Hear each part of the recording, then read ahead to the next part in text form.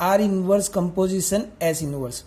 दोस्तों इसको मैं वापस से आप लोगों को समझा देता हूँ कि C belongs to capital C में है और A belongs to capital A में है। इन दोनों का मैंने एक सेट बनाया which is A C A which is belongs to S composition of R. मतलब कि ए बी सी आर में है and S is the relation from B to C. एक ए बी सी करके सेट से जिसमें से आर है ए टू बी और एस है बी टू सी। हमने सी लिया है कैपिटल सी से which is in S and A लिया है कैपिटल एस से विच इज इन आर। तो ये हो जाएगा C A which is belongs to S composition of R inverse. If and only if C A belongs to S composition of R inverse so it's A C. C A इसके inverse में है तो ए सी उसके simple compositions में होंगे। Now if and only if ये A C belongs to S composition आ रहा है means A B belongs to capital B होगा with A B belongs to R, क्योंकि ए बी इन बी है तो वो ए बी बी में भी है तो मीन्स आर में भी होगा और बी सी इन एस होगा। Finally this is the equivalent to the statement. हमारे स्टेटमेंट के इक्विवेलेंट जा रहा है। So A B which is in R so it's B A it's inverse B A in R inverse and C B in S inverse. अब इसका एक पूरा common set बनेगा कि C B B A that it is C A which is R inverse composition S inverse. जो हमने starting किया था कि C A is belongs to S composition of R inverse and now it is prove that कि C A is belongs to R inverse composition of S inverse. दोस्तों यहाँ पर हमने ये पढ़ा कि ये थियरम हमारे लिए बहुत आसान था बट इसका वर्डिंग जो है वो बहुत ही डिफिकल्ट होता है। मतलब कि आपको इसको शांति से एक बार नहीं 2-3 बार पढ़ना पड़ेगा, समझना पड़ेगा। हमारे जो भी वीडियोस है आपको एक ही बार में समझ में नहीं आएंगे, आपको थोड़ा टाइम लगेगा। बट हाँ ये श्योरिटी है कि अगर एक बार हमने पूरा कंसेप्ट हमारे थियरम या तो इसके वीडियोस का हमने शांति से पढ़ा है, 1-2 बार देखा है, तो फिर हमें कभी वो भूला नहीं जाएगा। तो उसके लिए आपको ये रिकॉल करते रहना है। तो दोस्तों अब एग्जाम्पल्स के बारे में देखते हैं। Example number 1, let a is equal to 1 2 3 4 and b is equal to ABC। अब उसके अंदर r और s हमें डिफाइन करके दे दिए है कि 1a 1b 2b 2c 3b 4a s है 1b 2c 3b 4b। उसके बाद हमें यहाँ पर 4 चीज़ें कंप्यूट करके देनी है। फर्स्ट ऑफ ऑल आर बार यानी कि जो आर दिया है उसका कॉम्प्लीमेंट कंप्यूट करना है, फिर उसका इंटरसेक्शन, फिर उसका यूनियन और then after in the last of its inverse. दोस्तों इसे कंप्यूट करने से पहले हमें आर तो दिया हुआ ही है तो उसके पहले हमें इसका A क्रॉस B करके देखना है जिससे हमें पूरे सेट के पूरे एलिमेंट्स के बारे में पता चल जाएगा। तो इसके अंदर लिमिटेड एलिमेंट्स ही दिए हुए हैं जो रिलेटेड है बट हमें पूरे रिलेशंस को डिफाइन करना है। तो हम ये चारों को ये तीनों के साथ रिलेटेड करके देखेंगे 1a 1b 1c। अब 2 के साथ 2a 2b 2c, 3a 3b 3c, 4a 4b 4c। अब ये जो आर दिया था उसका आर बार कॉम्प्लीमेंट कैसे लिखेंगे उसके लिए हमने ये क्रॉस प्रोडक्ट लिखा है। काफ़ी सारे बच्चों को ये क्वेश्चन होगा कि सर इसकी क्या ज़रूरत थी। हाँ अगर इसके ऊपर से आप डायरेक्टली उसका कॉम्प्लीमेंट्री लिख सकते हो तो इसकी ज़रूरत नहीं है but it is a very helpful for the complementary और इनवर्स। सो हमारे पास आर दिया हुआ है, हमारे पास सेट दिया हुआ है ऑफ यूनिवर्सल यू। तो इसके अंदर 1a है 1a है 1b है 1b है, 1c नहीं है तो 1c आ जाएगा आर कॉम्प्लीमेंट्री के अंदर। 2b है तो 2a नहीं आएगा तो 2a इसमें आ जाएगा। 2b 2c है छोड़ दो। 3a नहीं है तो 3a इसमें आएगा। 3b है 3c नहीं है तो 3c यहाँ पे आ जाएगा। 4a ओनली है तो यहाँ से हम लेंगे 4b और 4c। मतलब कि हमारा आर कॉम्प्लीमेंट्री रेडी हो चुका है। अब बात करते हैं आर इंटरसेक्शन एस। आर और एस दिए हुए हैं तो उसके इंटरसेक्शन में आएगा 1b 2c 3b। सो 1b 3b 2c। अब आर यूनियन एस की बात हो रही है तो यूनियन और इंटरसेक्शन हमारे लिए बहुत ही आसान टॉपिक है, वो जो हम इजीली कर सकते हैं। अब नाउ यूनियन बताते हैं तो ये आ जाएगा 1a 1b 2B 2C 3B 4A और 4B जो आपके स्क्रीन के ऊपर आपको दिख रहा है। अब now then the last which is an inverse. अब इनवर्स कैसे लिखेंगे? इनवर्स के लिए हमें और किसी चीज़ की ज़रूरत नहीं है, खाली आर की ज़रूरत है। तो 1A है तो वो हो जाएगा A1 B1 B2 C2 B3 और A4, तो जो आपके स्क्रीन के ऊपर आपको दिखेगा। Since X Y belongs to R inverse if and only if Y X belongs to R, मतलब कि मैंने बताया था 1A तो A1 हो जाएगा, 1B है तो B1 हो जाएगा, 2B है तो B2 हो जाएगा, 2C है तो C2 हो जाएगा, 3B है तो B3 हो जाएगा और 4A है तो A4 हो जाएगा। मतलब कि हमारा इनवर्स भी हमने ढूंढ लिया है। अब दोस्तों हमारे पास एग्जाम्पल के अंदर पहले तो डेटा दिया जाता था, अब हमारे पास खाली फिगर दी हुई है। तो फिगर पे से हमने पहले डेटा जनरेट करना है और डेटा जनरेट होने के बाद हमें उसी चीज़ के अंदर से दी हुई एलिमेंट्स को ढूंढना है। तो दोस्तों सबसे पहले हमारा जो फिगर है उसके ऊपर से हम डेटा, पहले हम एग्जांपल पढ़ लेते हैं कि A is A B C D E and R and S be a two relation on A, मतलब कि A is the relation with the R। So दोस्तों यहाँ पर हमारे पास A जो R और S का एक कॉमन सेट है, corresponding diagram shown in the figure. हमें ढूंढना है पहले R जो फिगर पर से हमें लिखना है, फिर R इनवर्स लिखना है, फिर R इंटरसेक्शन S और फिर R यूनियन S। तो सबसे पहले हम R और S दे दिए हुए हैं, फिगर पे दिए हुए हैं, तो हम इसके ऊपर से हम R लिखेंगे। R के ऊपर से लिखना है तो पहले हमने पहले ही बताया था कि एरो जिस ओर जा रहा है उसका एरो जहाँ से निकल रहा है वो पहले आएगा और जिस ओर जा रहा है वो सेकंड आएगा। तो पहला एलिमेंट होगा AB, फिर A वाले सब खत्म करने हैं, A D और AE, then B C B D और BE, B C B D और BE, देन आफ्टर C खुद के साथ ही आ रहा है तो C फिर C कहीं पे नहीं जा रहा है, देन आफ्टर D और D और DC, फिर E कहीं पे भी नहीं जा रहा है तो EE। अब यही चीज़ हमें S के लिए लिखनी है तो S के लिए क्या आएगा AA AB, फिर BB और BE, CC और CC और CB, CEB आएगा, फिर आएगा DB, खाली DB ही आएगा, फिर आएगा EA और EA और ED। तो दोस्तों यहाँ पर हमने डेटा तो जनरेट कर लिया है, R हमारा हो गया है फाइंड।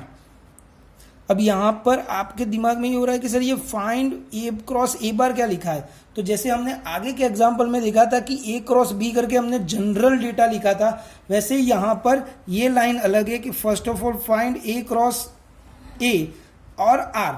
तो ये जो R है वो हमारे ये जो R के फिगर आउट में से रिमेनिंग बचे हुए हैं, मतलब कि A B है, A नहीं है, A B AE AD AC सब आ गए हैं। अब इसी के जो रिमेनिंग टर्म्स है बाकी रह गए हैं, यहाँ पे R में है, बट एक्चुअल में A क्रॉस A करेंगे आप, जैसे कि ये ABCDE क्रॉस ABCDE करेंगे तो उसमें जो रिमेनिंग इसके अलावा के जो रह गए R के हैं वो हमने यहाँ पे लिखे हैं। ओके, अब उसके R इनवर्स को लिखेंगे। अब R इनवर्स खाली पहले R ढूंढना था, जो हमारे गिवन फिगर का R था उसी का R इनवर्स लिखना है, पूरे का R इनवर्स नहीं लिखना है। दोस्तों आप लोगों को ये दो गलत फहमियाँ ना हो जाए, इसीलिए मैं बता रहा हूँ कि R जो है हमारा एक जनरल R बनता है, उसमें से हमारा फिगर वाला R हमने दिखा दिया था और रिमेनिंग R हमने लिखा। अब R इनवर्स जो ढूंढना है वो जो फिगर वाला R है उसी का इनवर्स लिखना है, मतलब कि AB का हो जाएगा BA, EA DA CB, फिर DB, फिर EB, फिर CC, फिर DD DC EE, और जैसे कि यहाँ पर आपने दिखा होगा AE।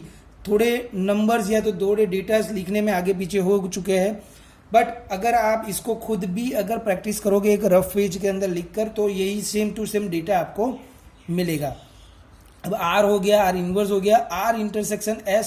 तो R इंटरसेक्शन S यहाँ दोनों में जो कॉमन है वो चीज़ें क्या है, AB आपको यहाँ पे सीख देखने को मिल जाएगी। ए बी, बी ई और सी सी ये उसके कॉमन है और ये उसका यूनियन है। ये जो आप अपने खुद से रफ पेज में या तो वर्कबुक में आप प्रैक्टिस कर सकते हो। अब हमने पहला एग्जांपल देखा जिसमें हमने डेटा जनरेट किया, दूसरा एग्जांपल देखा जिसमें हमने सिर्फ फिगर से डेटा जनरेट किया। अब तीसरा एग्जांपल हम देखते हैं विद द मैट्राइसिस। ओके दोस्तों, तो यहाँ पर मैट्राइसिस का डेटा दिया हुआ है। Let A is a 1 2 3 and R and S be a relations from A. Suppose that the matrices of R and S, matrices of R given that 1 0 0 0 1 0 or 1 1 0, and matrices of A is 0 1 0 1 1 1 और 1 0 0। यहाँ पर हमें चार चीज़ें ढूंढनी है matrices के help से। पहले matrices of R complementary, matrices of R inverse, matrices of R intersection S and matrices of R union S। तो पहले दोस्तों गिवन मैट्रिसेस ऑफ आर का हम आर कॉम्प्लीमेंट्री कहते हैं, कैसे ढूंढते हैं वो दिखाता हूँ। तो आर कॉम्प्लीमेंट्री में यहाँ पर आपको ये चीज़ मैट्रिसेस के अंदर याद रखनी होगी कि जहाँ पर एंट्री 1 है कॉम्प्लीमेंट्री में वहाँ 0 हो जाएगा और जहाँ पर 0 है वहाँ पे 1 हो जाएगा। सो दोस्तों यहाँ पर देखिए कि मैट्रिसेस ऑफ आर कॉम्प्लीमेंट्री 1 है तो ये देखो 0 हो गया, फिर 0 0 है तो 1 1। अब ये कैसे बनेगा 1 0 1 0 0 1 हो गया। अब इन्वर्स के अंदर आपको लिखना कैसे है, इन्वर्स में डेटा यही रहेगा जहां पर 1 है वही 1 0 0 वही हो गए, बट जो हमारी रो है वो कॉलम हो जाएगा। मतलब कि मैट्रिसेस ऑफ रो 1 जो है हमारा मैट्रिसेस ऑफ आर इन्वर्स की कॉलम 1 हो जाएगी। जैसे कि 1 0 1, सेकेंड रो है 0 1 1 तो वो हो जाएगी हमारी सेकेंड कॉलम 0 1 1, और थर्ड कॉलम क्या है हमारी 0 0 0 रो वो हमारी यहाँ पे इन्वर्स में कॉलम हो जाएगी। मतलब कि कंप्लीमेंट्री में डेटा और एंट्री वो रहती है जहाँ पे 0 है वो 1 हो जाएगा और 1 है वो 0 हो जाएगा। इन्वर्स में डेटा का यूज करना है रो को कॉलम में ट्रांसफर करके, मतलब कि first row first column, second row second column और थर्ड रो थर्ड कॉलम हो जाएगी। ओके, तो यहाँ पर अब इंटरसेक्शंस की बात करते हैं। मतलब कि कॉमनली देख लीजिए यहाँ पर 1 है, यहाँ पर 0 है, यहाँ पर 1 है, यहाँ पर 0 है। मतलब कि कॉमन क्या है, यहाँ पर 1 है और यहाँ पे भी 1 है, यहाँ पे 1 है और यहाँ पे भी 1 है। मतलब कि ये दोनों जगह पे 1 आएगा, बाकी सब जगह पर 0 आ जाएगा। मतलब कि दोनों एंट्रीज जहाँ पर कॉमन मिलती है वहाँ पे 1 आएगा। और यूनियन में जहाँ जहाँ पे भी 1 1 दोनों में है वहाँ पे 1 रहेगा और जहाँ पे 0 है वहाँ सब में 0 रहेगा। ओके, यही चीज मैंने नीचे वर्ड फॉर्म में लिखी है कि illustrates that some general facts. If M is an Boolean matrix, we define the complement M bar of M matrix obtained by from M, replacing every one in M by 0 and every 0 by 1. मतलब कि यहाँ पर आपको complementary में लिखना हो तो वो बहुत ही आसान है और इनवर्स में आपको याद रखना है। नाउ एग्जाम्पल नंबर 4 के अंदर हम देखते हैं। एग्जाम्पल नंबर 4 जो है वो एक थियरी बेस है जो बहुत ही आसान है, जिसको आपको खाली समझना है कि suppose that R and S are the relation from A to set B. मतलब कि एक आर जो है वो एस और आर दोनों ए टू बी है। If R is a subset or equal to S then its inverse is a subset or equal to S inverse. ये अगर आपको याद हो तो आपके थियरम नंबर 1 का स्टेटमेंट नंबर 1 या तो स्टेटमेंट नंबर 2 था जिसको आपको प्रूव करने के लिए बोला था विथ सेल्फ एक्सरसाइज, बट हमने इसको एग्जांपल के फॉर्म में कन्वर्ट कर लिया है। Okay, so suppose R is a subset or equal to S. Now A B is belongs to R inverse, then B A belongs to R. R is also a subset or equal to S, हम सबको पता है। So BA is also belongs to S. If BA is belongs to S, then its AB is belongs to S inverse. अब यहाँ पे हमने start किया था कि AB is belongs to R inverse, and now we prove that AB is belongs to S inverse. So do you directly says that R inverse is a subset or equal to S inverse with the subset or equal to theorem concept, जो हमारे लिए बहुत ही आसान है। Okay दोस्तों, अब example number 5 के बारे में बात करते हैं। Let A be a 1 2 3 and R and S be a relation from A whose matrices are given. Compute M composition M matrices of S composition R, ये हमें कंप्यूट करना है। कंप्यूट का मतलब है हमें ढूंढना है। तो एस कंपोजिशन आर कैसे ढूंढेंगे? तो उसके लिए सबसे पहले मैट्रिसेस दिया है, तो मैट्रिसेस पे डेटा बनाएंगे, डेटा फिर से हमने कंपोजिट करेंगे और कंपोजिट से वापस जो डेटा बनेगा उसका हम मैट्रिसेस बनाएंगे। क्यों? क्योंकि मैट्रिसेस का डायरेक्ट कंपोजिशन हम नहीं ढूंढ सकते हैं, इसलिए हमें इसको डेटा में कन्वर्ट करना है और डेटा का फिर हमें मैट्रिसेस बनाना है। सो ये हमारे पास जो डेटा है, now write down here it is 1 2 और 3, वैसे ही यहाँ पे 1 2 और 3, वैसे ही मैट्रिसेस ऑफ एस में भी 1 2 3 1 2 3 लिखेंगे तो ये हो जाएगा 1 1, इसका कोई एंट्री नहीं है और ये इसका आएगा 1 3। मतलब कि जहाँ पर 1 लिखा है वो एंट्री हमें लिखनी है और जहाँ पर 0 है वहाँ पर एंट्री नहीं दिखानी है।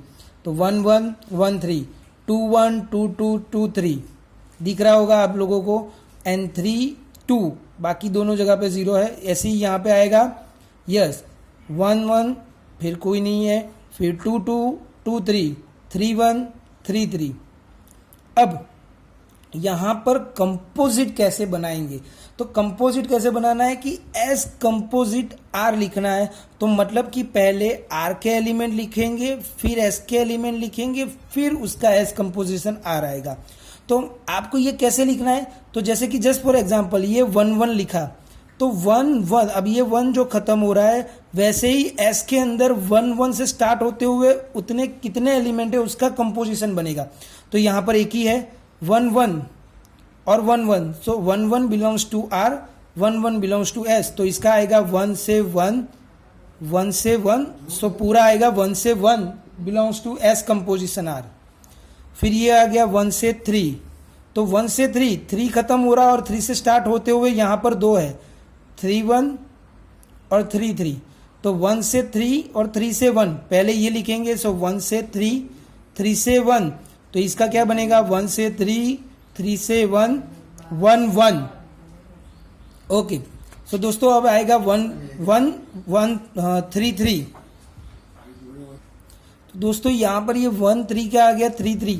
अब ये सब पेयरिंग जो है हमें, मैं यहाँ पर इसको थोड़ा स्क्रॉल डाउन कर लेता हूँ, अब जिससे ये हो जाएगा आप लोगों को समझने के लिए बहुत आसान हो जाएगा, जिससे आप लोगों को ये देखिए यहाँ पे आंकना है 1 3 3 3 विच इज बिलोंग्स टू 1 3।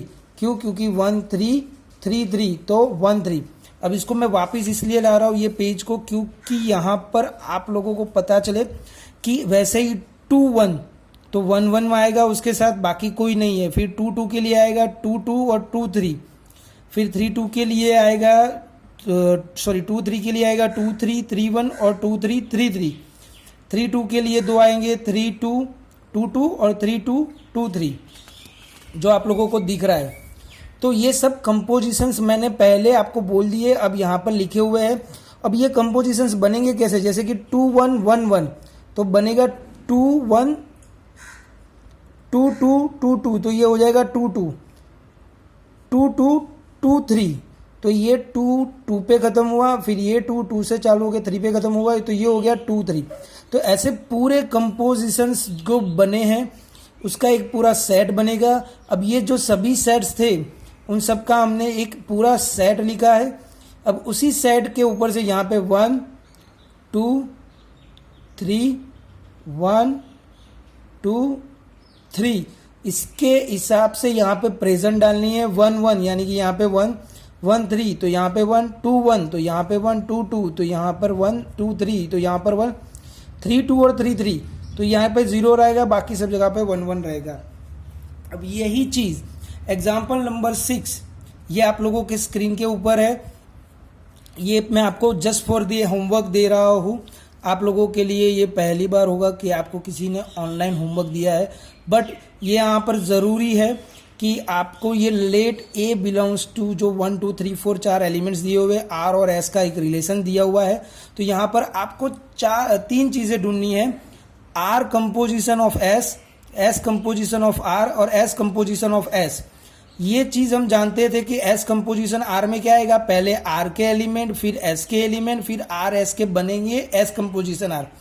वैसे आर कंपोजिशन एस में क्या आएगा, पहले एस के एलिमेंट फिर आर के एलिमेंट और उसका कंपोजिशन बनेगा आर ऑफ एस।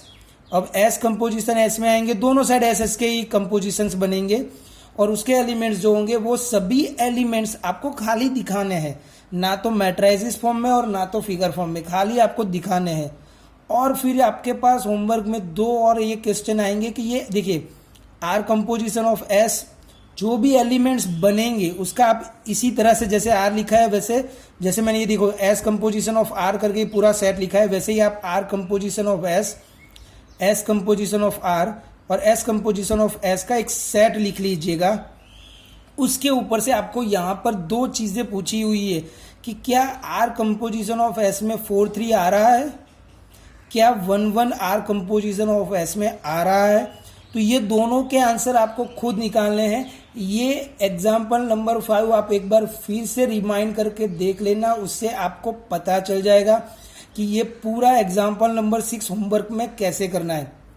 बहुत आसान है। हाँ, आपके एग्जाम के फॉर्मेट कैसे होंगे वो पता नहीं है, फिर भी अगर उस चीज़ को समझना है तो आपके पास बेसिक ज़रूरी नॉलेज होना चाहिए। तो उसी वजह से मैंने आपको ये होमवर्क दिया हुआ है। बहुत ही बेसिक एग्जाम्पल है जिसमें आपको थोड़ा दिमाग लगाना होगा, थोड़ा वक्त ज़्यादा जाएगा, बट अगर समझ में आ गया तो पूरा एग्जाम्पल आपको बहुत ही फनीली और बहुत ही इजीली आप इसे सॉल्व कर पाओगे। आई थिंक आप लोगों को एग्जाम्पल्स और ये थियरम्स और उसके कंसेप्ट्स में पता चला होगा। Thank you so much, have a nice day.